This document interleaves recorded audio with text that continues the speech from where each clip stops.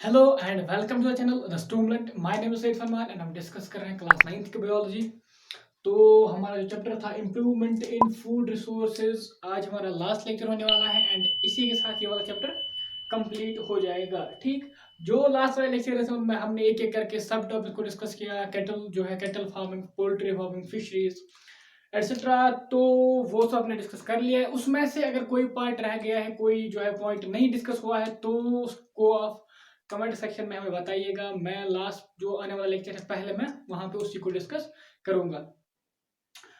तो पहले हम आज का वीडियो स्टार्ट करते हैं। तो एपीकल्चर, एपीकल्चर या जिसे हम बी फार्मिंग या बी कीपिंग के नाम से भी जानते हैं। ठीक ठीक है, एपीकल्चर या बी फार्मिंग या बी कीपिंग। जैसे कि पॉपुलेशन बढ़ती जा रही है और जो हनी है, आपको पता ही होगा, मोस्ट पीपल इसे पसंद करते हैं हनी को।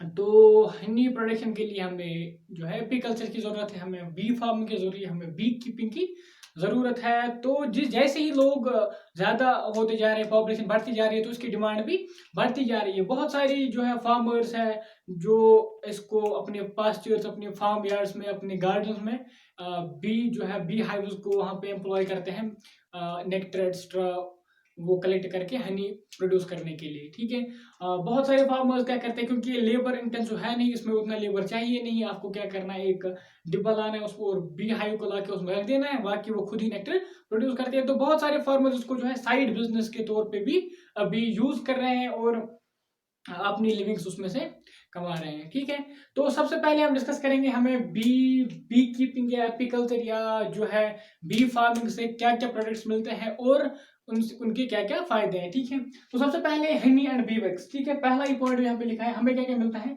हनी मिलती है एंड बी वैक्स।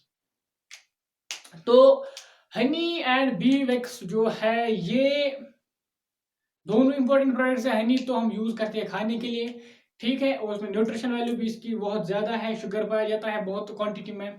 बाकी जो है न्यूट्रिएंट्स जो वाइटामिन एंड मिनरल्स भी उसमें पाए जाते हैं। इसी तरह जो बी विक्स होता है वो भी बहुत सारे मेडिसिन में यूज होता है, या मेकअप जो उसके प्रोडक्ट्स है वो बनाने के लिए भी यूज किया जाता है। ठीक है, तो इसकी मेडिसिनल इंपॉर्टेंस भी है बी विक्स की यहाँ पे। अब बीज जो है उसकी उनकी दो तीन वैरायटीज है। एक तो अगर हम लोकल वैरायटीज की बात करेंगे तो लोकल वैरायटीज में जो है वो वाली बीज होती है जो कॉमनली पाई जाती है। लोकल वैरायटीज में आपका आएगा पहले एपिस इंडिका। ठीक है, एपिस इंडिका या इसे हम कॉमन लैंग्वेज में इंडियन बी भी कहते हैं। इंडियन बी ये आपको यहाँ पे मोस्ट कॉमनली यही मिलेगी, एपिस इंडिका। ठीक है, सबसे ज्यादा यही पाई जाती है, इसको हम इंडियन बी के नाम से भी जानते हैं। Second one is Apis dorsata. ठीक है, एपिस डोरसेटा को हम रॉक बी के नाम से भी जानते हैं। अब ये रॉक बी इसलिए नहीं कहते कि ये रॉक पे जाके नेक्टर लाती है, नहीं, नेक्टर ये भी फ्लावर से लाती है। अब रॉक बी इसको नाम दिया गया है इसकी अपीयरेंस पे या बाकी चीजें जो है, इसकी शक्ल कैसी है, उसकी जो है बॉडी जो पैटर्न है वो कैसा है। ठीक है, इसी तरह अगर हम देखेंगे एपिस फ्लोरी, ठीक है, एपिस फ्लोरी को हम लिटिल बी कहते हैं क्योंकि ये बहुत स्मॉल होती है। तो ये बीज है, ये कॉमन इंडियन बीज है। ठीक, इनका लेकिन इनका प्रोडक्ट जो है कम होता है, ये कम ही नेक्टर को जो है कलेक्ट करके हनी में कन्वर्ट कर पाती हैं एक पर्टिकुलर टाइम में। तो अगर हम चाहते हैं कि अपनी जो हम प्रोडक्शन है हनी की वो बढ़ाएं, ठीक है, तो हम क्या करते हैं, हम एक इटालियन बी वैरायटी भी यूज करते हैं जिसे हम एपिस मेलिफेरा भी कहते हैं। ठीक है, एपिस मेलिफेरा ये जो है उनके जोलॉजिकल नेम है। एपिस अगर आपको याद होगा नोमेनक्लेचर में हमने डिस्कस किया था, हम पहला यहाँ पे कैपिटल लिखते हैं, यहाँ पे जो है स्पीशी नेम जो है वो स्मॉल लिखते हैं, फिर उनको सेपरेटली अंडरलाइन करते हैं। ठीक है, तो एपिस मेलिफेरा जो है इसका जो है हाई हनी कलेक्शन होती है इसकी, एंड ये स्टिंग भी समवट कम, स्टिंग जो है इसका ये स्टिंग लेस करती है, स्टिंग समवट लेस। ठीक, एंड ये एक पर्टिकुलर बी हाइव में बहुत ज्यादा टाइम तक रहती है। ठीक है, तो इसकी प्रोडक्शन बहुत ज्यादा है क्योंकि ये बहुत ज्यादा दूर तक जाके हनी कलेक्ट कर पाती है, उसका साइज भी ठीक होता है। इसी तरह फिर हम क्या करते हैं, अगर हम अपनी प्रोडक्शन को बढ़ाना होता है तो हम इनको इसके साथ लगा देते हैं, अपनी जो हमारे हाइव्स होते हैं इनको मिक्स मिक्स करके लगा देते हैं। पूरे एक हाइव में हमने एक डोरसेटा को रखा, एक में इसको रखते हैं, तो उससे क्या होता है कलेक्टिवली हमारी जो डिफरेंट वेराइटीज ऑफ बीज जाके कलेक्ट करके हमारी प्रोडक्शन भी बढ़ जाती है और डिफरेंट वेराइटी भी बढ़ जाती है। तो value and quality of honey, ठीक है, डिपेंड्स अपॉन द पास्टरेज और flowers available for nectar and pollen collection, ठीक है।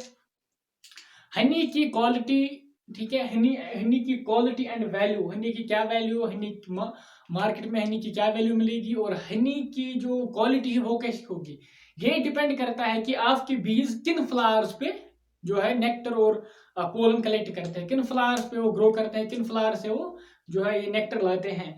तो सपोज बहुत सारे फ्लावर्स है, आजकल तो क्या है कि अपने जो एप्पल गार्डन्स होते हैं उनमें भी बी हाइव्स को रख दिया जाता है ताकि वो जो है वहां पे पॉलिनेशन में भी हेल्प करे और हमारे लिए नेक्टर भी ले आए।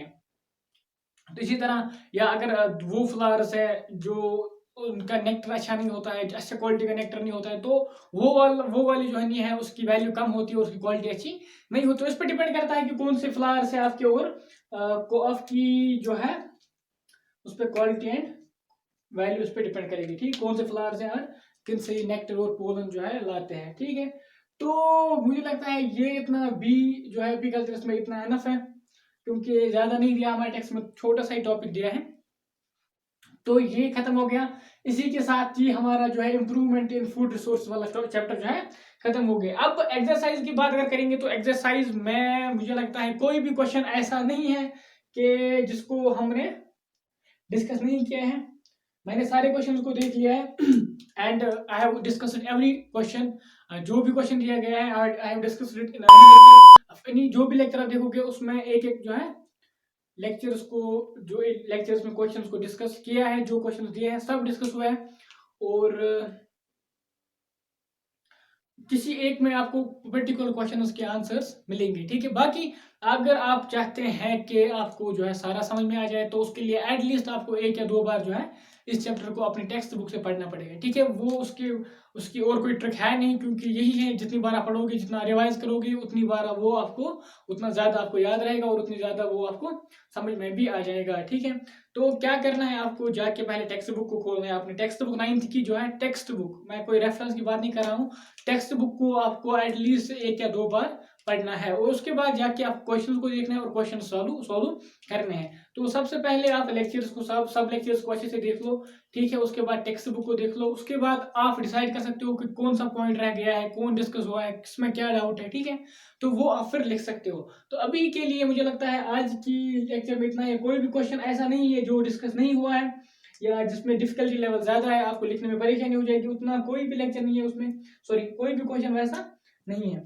सो ठीक है, आज के लेक्चर में हम इतना रहने देते हैं और नेक्स्ट वाला लेक्चर होगा उसमें हम डिस्कस करेंगे नेचुरल सॉरी जो हमारा लास्ट वाला चैप्टर है नेचुरल रिसोर्स, हाँ नेचुरल रिसोर्स को हम डिस्कस करेंगे और ट्राई करेंगे कि उसको भी 2 या 3 लेक्चर्स में हम खत्म करें, क्योंकि एक थियोरेटिकल चैप्टर है, उसमें ज़्यादा इन्फॉर्मेशन यही है कि एयर पोल्यूशन वाटर पोल्यूशन हमें कैसे प्रिवेंट करना है, क्या करना है, ठीक है।